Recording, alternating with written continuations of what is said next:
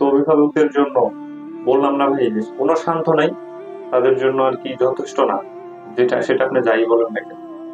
আসসালামু আলাইকুম প্রিয় বন্ধুগণ, রোহানের কথা রাজে আপনাদের সবাইকে আবার স্বাগত। মানুষের জীবনে অপ্রত্যাশিত কিছু সময় আসে।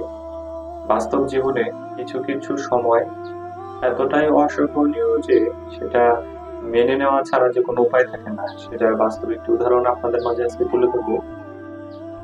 আহ এই তো গেল 2 দিন আগে আর কি মাইলস্টোন স্কুল অ্যান্ড কলেজে একটি বিমান বিধ্বস্ত হয়ে সেখানে অনেক শিশু, ফুলের মতো শিশু যারা শহীদ হন। তো ওইখানে অনেক ছাত্রছাত্রী ছিল, অনেক।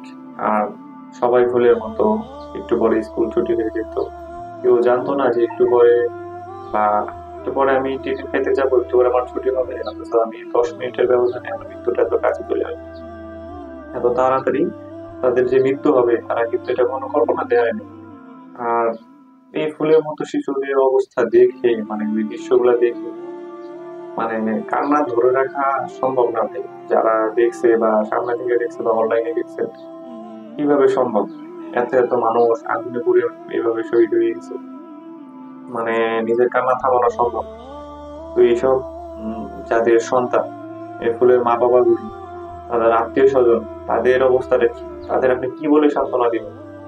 তাদের বলার কোনো ভাষা আছে যে আপনি এভাবে সান্ত্বনা করুন, এভাবে সবর করুন, এভাবে ধৈর্য ধারণ করুন? আসলে ভাই সম্ভব না। কেননা এখানে কোনো ভাষা নাই যে ভাষা দিয়ে আপনি তাদের সান্ত্বনা দিয়ে রাখতে পারেন। কোনো ভাষা নাই যে তাদের মনকে মানবে। এই কথা তাদের মন গলে যাবে বা আটকে যাবে এই কথায়। তাদেরকে আটকানোর মতো কোনো কথা বা ভাষা নাই।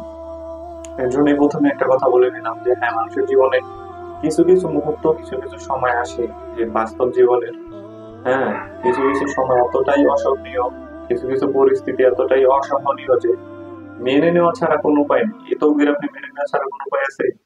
কারণ সে না ফেরার দেশে চলে গেছে।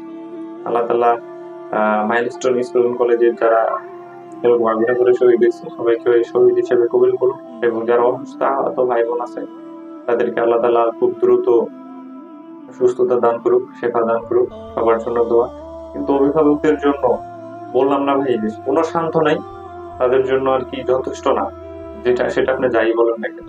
যে আল্লাহ তাআলা তাদের শহীদে মর্তবা দিয়েছেন, তারা শহীদ হিসেবে আল্লাহ তাআলা জান্নাত পাবে, এরকম যদি কেউ বলেন, ভাই মনকে তত তারা বুঝতে দিতে পারে না যে আমার ফুলের মতো শিশু বাসায় আসতো, আমাকে আম্মু বলে ডাকতো, আমাকে আব্বু বলে ডাকতো, আজকে সে বাসাটা ফাঁকা, তাকে ডাকার মতো কেউ নাই।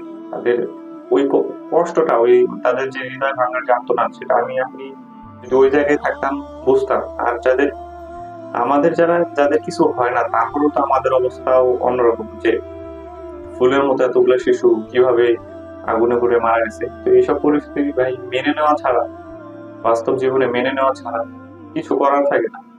মেনে নিতে হয় বাধ্যতামূলক। মনে করেন যে জিনিস হয়ে গেছে, চাইলে আপনি 80টা ফিরাইতে পারবেন সেক্ষেত্রে।